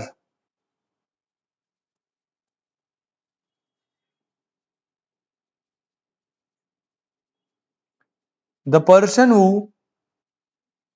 makes the promise to pay,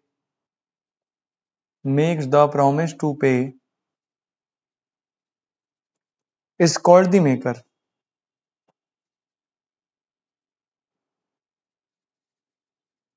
Full stop. He is the debtor, वो डेटर है. and must sign the instrument. Must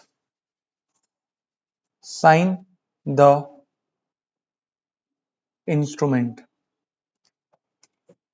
second maker के बाद सेकंड यहां पे होता है कौन? पेई.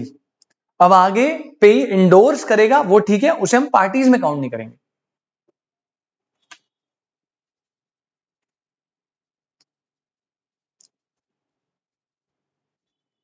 पेई is the person to whom the amount on the note is payable. On the note is payable. promissory note बना के दिखाऊं? डिफरेंट है क्या कुछ? हाँ लैंग्वेज का, बट मैं बनाऊंगा क्योंकि एम्बिगस इंस्ट्रूमेंट में ना बना हुआ होगा ना तो वहीं पे बताऊंगा कि क्या हो रहा है. ठीक है चलो, तो हम एक बनाते हैं promissory note. Again 5 to 6 line आप लेके चलना. प्रोमिसरी नोट, इसमें थोड़े से चेंजेस होते हैं, माइनर माइनर, ज्यादा कुछ नहीं बेटा. इसमें यहां पे आपको डेट एंड प्लेस लिखना होता है. New Delhi 9th of November 2024. Amount आप लिखेंगे कितना? 10 लाख. अब यहां बोला 2 months after date. Suyash after date after sight clear है बेटा? मतलब 9 नवंबर से ही 2 महीने काउंट होंगे. आफ्टर साइट होता है जब एक्सेप्टेंस आपने दी है, मिला है, उसके बाद से 2 months आफ्टर डेट. अब ये क्या बोलेगा? आई का मतलब कौन है? Maker. Promise to pay, please आप वर्ड्स पे जाना. Promise to pay mister A पे और to his order the sum of rupees 10 lakh for value received. ठीक है, इंपॉर्टेंट बात यहां पे वो लिखेगा टू मिस्टर ए, जो पेई है उसका नाम, एंड एड्रेस वगैरह लिखेगा. यहां पे सबसे इंपॉर्टेंट बेटा वो स्टैंप करेगा एंड वो साइन करेगा. B maker. अच्छा इसमें तो भी साइन वो स्टैम्प चाहिए. इसमें भी स्टैम्प चाहिए, बिल्स ऑफ एक्सचेंज में भी स्टैम्प चाहिए, चेक में स्टैम्प नहीं चाहिए. साइन करेगा मेकर, यहां पे मेकर के साइन चाहिए, ड्रॉअर के. और बिल्स ऑफ एक्सचेंज में किसके साइन चाहिए होते हैं? ड्रॉअर के भी, ड्रॉई के भी, दोनों के. यहां पे मेकर के साइन चाहिए बस. वहां पे उसका नाम लिखना है बस, साइन नहीं है. नाम लिखना है, एड्रेस लिखना है, जो भी होगा. ये तो अब देख रहे हो आप language. I maker promise to pay mister A. ये क्या लग रहा है? अनकंडीशनल ऑर्डर है. ऑर्डर थोड़ी है ये, तो भाई अपना प्रॉमिस है, अंडरटेकिंग है. वो खुद से मान रहा है कि मुझे पे करना है. तो ये डिफरेंस आ जाता है. आई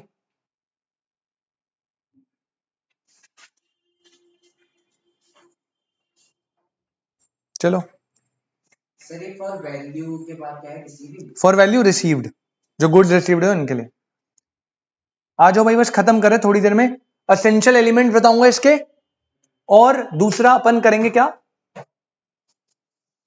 इनका डिफरेंस देखते हैं कितना हो पता है. असेंशियल तो करना ही है, डिफरेंस देखते हैं, टाइम लगा तो कर लेंगे. और सर उसके बाद क्या बचेगा? चेक और चेक करवाना है. चेक के बाद एक टॉपिक आएगा टाइप्स ऑफ इंस्ट्रूमेंट, जैसे order bearer, inland foreign, inchoate, ambiguous, ऐसे करके 4 कैटेगरी में डिवाइडेड है. 4 के 8 टाइप्स है वो बताने हैं. उसके बाद चेक का डिसऑनर और 2-4 मिसलिनियस टॉपिक है छोटे छोटे. अगली 2-3 क्लास. अगली मेरे हिसाब से 3 क्लास में खत्म है, 2 या 3 क्लास में मैक्सिमम ले. अगली 3 क्लास में खत्म हो जाएगा. आज सैटरडे है ना, अगले कल रखे क्लास रात को 9, 9:30 बजे पक्का. चलो कल 9:30 बजे ऑनलाइन क्लास, ऑनलाइन ना. चलो हेडिंग डालो, last point, last heading, essential characteristics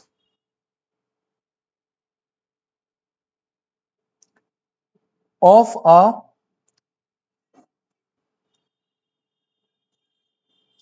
promissory note.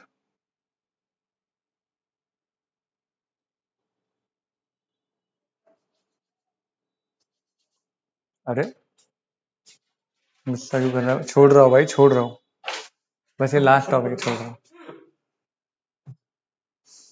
जल्दी लिखना भाई। पहला, must be in writing.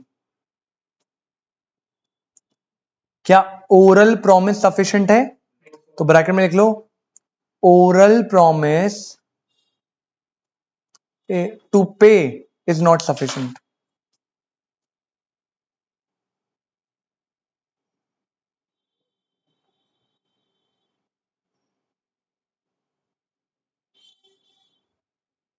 Oral promise to pay is not sufficient. Point number 2, must be an express promise to pay. बेटा ये सबसे इंपॉर्टेंट पॉइंट है। आप कहते हैं वहां पे लिखा था ऑर्डर टू पे, यहां पे एक एक्सप्रेस प्रॉमिस टू पे होना चाहिए, एक्सप्रेस प्रॉमिस टू पे। अच्छा, इसमें एक कंफ्यूजन भी है, यहां लिख लेना, मेयर अक्नॉलेजमेंट। नोट डाल दो। हाँ, नोट डाल के लिख ले, mere acknowledgement of debt is not sufficient. Sir क्या मतलब मेयर अक्नॉलेजमेंट? बेटा देखो, मैंने गुड्स बेचे सुयश को, अब सुयश ने एक नोट लिखा, उसमें पता क्या लिखा, मेरे को रोहित सर को 10 लाख रुपए देने हैं। उसने ना क्या करा, अक्नॉलेज कर लिया। क्या ये प्रॉमिसरी नोट है? बेटा उसने नहीं बोला कि मैं 2 महीने बाद प्रॉमिस करो सर को पैसे दूंगा, वो तो अक्नॉलेज करा कि हाँ मुझे पैसे देने हैं, कब दूंगा क्या दूंगा नहीं बता रहा। तो क्लियरली है, एक्सप्रेस प्रॉमिस टू पे होना चाहिए। अगर आप अक्नॉलेज कर रहे हो डेट को सिर्फ, तो वो इनसफिशिएंट है भाई, वो सफिशिएंट नहीं है, वो प्रॉमिसरी नोट नहीं है। आप लिख लो, आई ओ मिस्टर रोहित 10 लाख रुपीस, ठीक है, आपने अक्नॉलेज करा, प्रॉमिस करो ना कब दोगे, 2 महीने बाद, 3 महीने बाद। तो mere acknowledgement of debt is not sufficient. Third लिखना,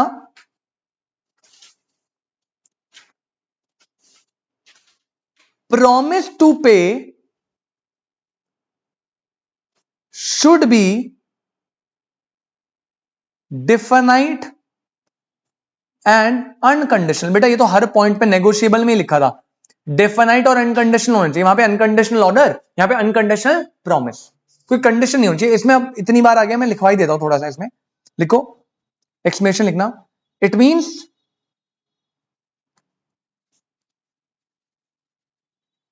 instrument payable on performance, instrument payable on performance और non performance of a particular act, of a particular act or on the happening or non-happening of an event, on the happening or non-happening of an event, comma are not promissory note। Suresh एक बार पढ़ ले बेटा, कोई doubt है तो बता दे। कह रहा है भैया अनकंडीशनल डिफिनेट होती है, मतलब कह रहा है it means instrument payable on performance और non performance of an act और हैपनिंग और non happening of an event, ऐसे प्रॉमिस नोट नहीं बनेगा। ये तो फिर कंडीशनल होगी ना, अगर हुआ या नहीं हुआ, गलत बात। कोई भी नेगोशिएबल इंस्ट्रूमेंट हमेशा डिफिनाइट अनकंडीशनल होना चाहिए, हैपनिंग नॉन हैपनिंग पर डिपेंड नहीं करेगा। अब जैसे एग्जांपल दूं तुम्हें, ये ना पेपर में कई बार आ जाता है, एक एग्जांपल लिखना, आई प्रॉमिस टू पे ₹500 7 days after my marriage with सी, ये वैलिड है इनवैलिड है? इनवैलिड।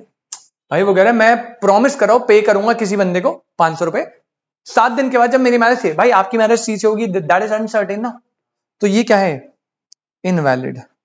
लेकिन अब यहां बच्चा कंफ्यूज हो जाता है, यहां करता है बच्चा गड़बड़। एग्जाम्पल नंबर 2 लिखना, आए, सर बट अगर वो इवेंट सर्टेन है, वही उसी पे आ रहा हूं मैं, उसी पे आ रहा हूं। इसमें ऐसा नहीं है ना कि अगर हो जाए टाइम। हाँ हाँ, वो उसी पे आ रहा हूं मैं, बिल्कुल सही कहा तूने। अगर सर इवेंट सर्टेन है तो एग्जाम्पल लिखिएगा, एग्जाम्पल नंबर 2। अब देखिए इवेंट को सर्टेन बनाता हूं,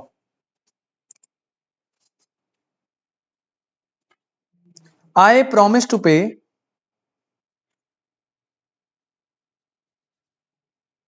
B ₹500 on D's death. इसको इन्वैलिड भी हो। मरेगा ना भाई, कभी ना कभी। अनसर्टेनिटी है, ये इवेंट होगा या नहीं होगा ऐसा है? इवेंट तो होगा भाई, मजा आएगा, इवेंट तो गारंटी। बट कम मैंने बात ही नहीं करी कब मरे, मैंने तो ये बोला भैया इवेंट सर्टेन होना चाहिए, ऐसा नहीं होना चाहिए होगा या नहीं होगा। अब सी के साथ मैरिज ये अनसर्टेन है ना भाई, मान ले सी की किसी और के साथ शादी हो गई या आपकी किसी और के साथ शादी हो गई, लेकिन आई प्रॉमिस टू पे, तभी क्लियरिटी के लिए एग्जांपल दिया, आई प्रॉमिस टू पे बी ₹500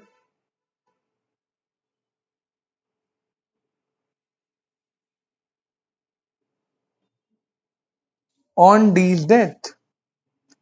ये भैया सर्टेन है, इसलिए ये वैलिड है।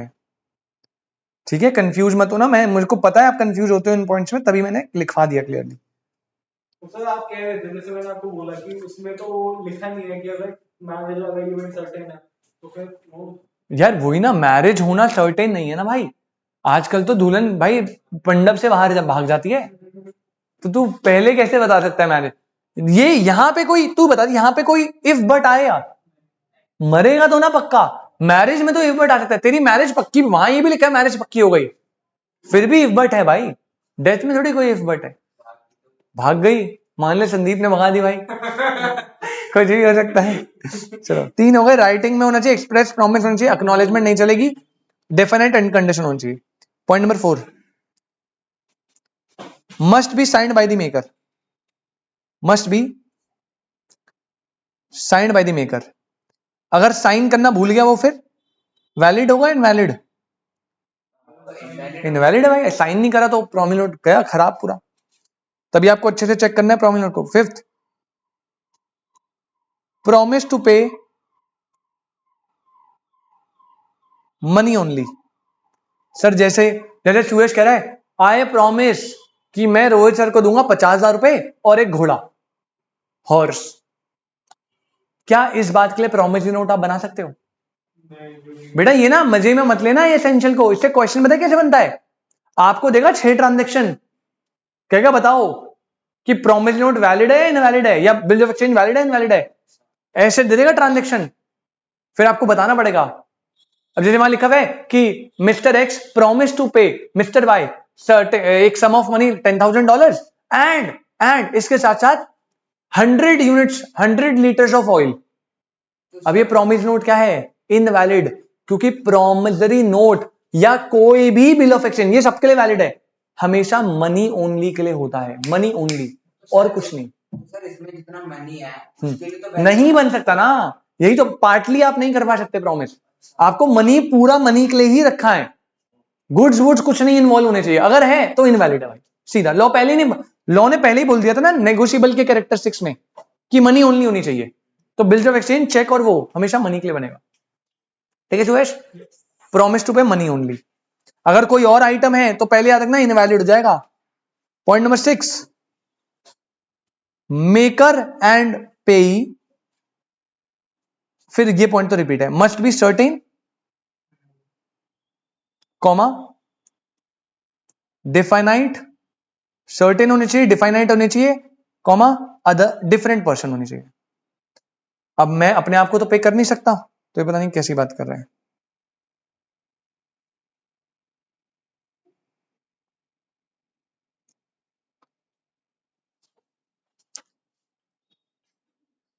7th और लास्ट पॉइंट बेटा, क्या रिक्वायर्ड है? स्टैंपिंग। इसमें लिख लेना, promissory note must be properly stamped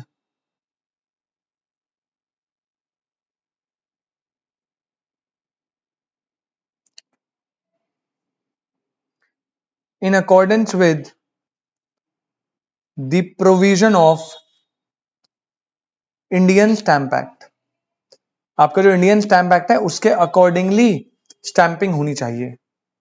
ये सारे पॉइंट है आपके बेटा प्रॉमिसरी नोट के। आई होप यहां तक आपको कोई दिक्कत ना हो, ऐसा मुझे लगता है। कोई दिक्कत तो बताओ यार जल्दी से, चिल है ना सीन एकदम। Promissory note, bill of exchange दोनों स्टैम्प्ड होने चाहिए। चेक में स्टैंपिंग की रिक्वायरमेंट नहीं थी। तो हमने 2 पॉइंट कर लिए। आज के लिए हमेशा इतना ही रखेंगे। अगली क्लास सबसे पहले हम क्या करेंगे स्टार्ट, पहले हम करेंगे इसका डिफरेंस। बिल ऑफ एक्सचेंज किसमें, किसके डिफरेंस में यार? देखो पहले अगर मैं डिफरेंस डिक्टेट करूं तो होमवर्क में भी दे सकते हैं। देखो दोनों की पहले डेफिनेशन आएगी, दो लिखवा रखिए। दूसरा नेचर ऑफ इंस्ट्रूमेंट। एक होता है ऑर्डर टू पेमेंट। कौन होता है order? Bill of exchange. Promise to payment कौन होता है? Promissory note. फिर आता है थर्ड पॉइंट पार्टीज। उसमें एक पार्टीज कितनी होती है? 3, ड्रॉअर, ड्रॉई, पेई। यहां पे 2, मेकर एंड। फिर आता है एक्सेप्टेंस। बिल्स ऑफ एक्सचेंज में एक्सेप्टेंस नेसेसरी, यहां पे एक्सेप्टेंस की कोई रिक्वायरमेंट, क्योंकि यहां पे खुद वो अंडरटेकिंग ले रहा है ना बंदा, क्या किसकी एक्सेप्टेंस दोगे। फिर आता है पेबल टू बियरर, ये बताना पड़ेगा मुझे। मेकर एंड पे है ना, अगली क्लास लिखवा दूंगा। 2-3 पॉइंट है जो थोड़े टेक्निकल हो जाएंगे, अगली क्लास लिखवाऊंगा। फिर हम करेंगे चेक, ठीक है? अगली क्लास हो जाएगा, चेक हो जाएगा, टाइप्स ऑफ इंस्ट्रूमेंट करना है। तो बेटा आपसे मिलते हैं कल 9:30 बजे ऑनलाइन। और एक बारी सुरेश आपकी रिस्पॉन्सिबिलिटी है, 9 बजे मुझे कॉल करो। 9 बजे कॉल करके याद दिलाइयो, कल संडे है ना। मैं भाई अबे कोल्ड ड्रिंक पार्टी वार्टी कहीं बाहर बाहर हूँ बिजी। मेरी वैसे 4 बजे तक क्लास है, उसके बाद कोई प्लान तो वैसे है नहीं, बट इनकेस कहीं चला गया कल आधे घंटे पहले, ताकि कहीं भी हूँ नशे की हालत में तो ठीक वीक होके आ जाऊं। अबे नलायक, कल है संडे, कल 9:30 बजे बोला है। और फिर ट्यूसडे को होगी 10:30 बजे, जो अपनी ऑनलाइन वाली होती है शेड्यूल पता है ना? ट्यूसडे 10:30 बजे ऑनलाइन, थर्सडे 12:30 बजे, सैटरडे 1:30 बजे। क्या कॉम्प्लिकेटेड शेड्यूल। कल मिलते हैं संडे भाई। कल 9 बजे कॉल करके बताइयो कि यार 9:30 बजे क्लास बोली थी आपने, फिर अपन 9:30 बजे स्टार्ट करेंगे। कोशिश करेंगे डिफरेंस और चेक निपटा दे, फिर ट्यूसडे वाली क्लास में टाइप्स ऑफ इंस्ट्रूमेंट करेंगे। समझ आया ना भाई? ये चलिए मिलते हैं आपसे नेक्स्ट क्लास कल 9:30 बजे। 9 बजे याद दिला दियो। थर्सडे को introduction, offer and acceptance, consideration, free consent तक, section number 22, section number 22 mistake तक सारा टेस्ट है, याद करके आइएगा।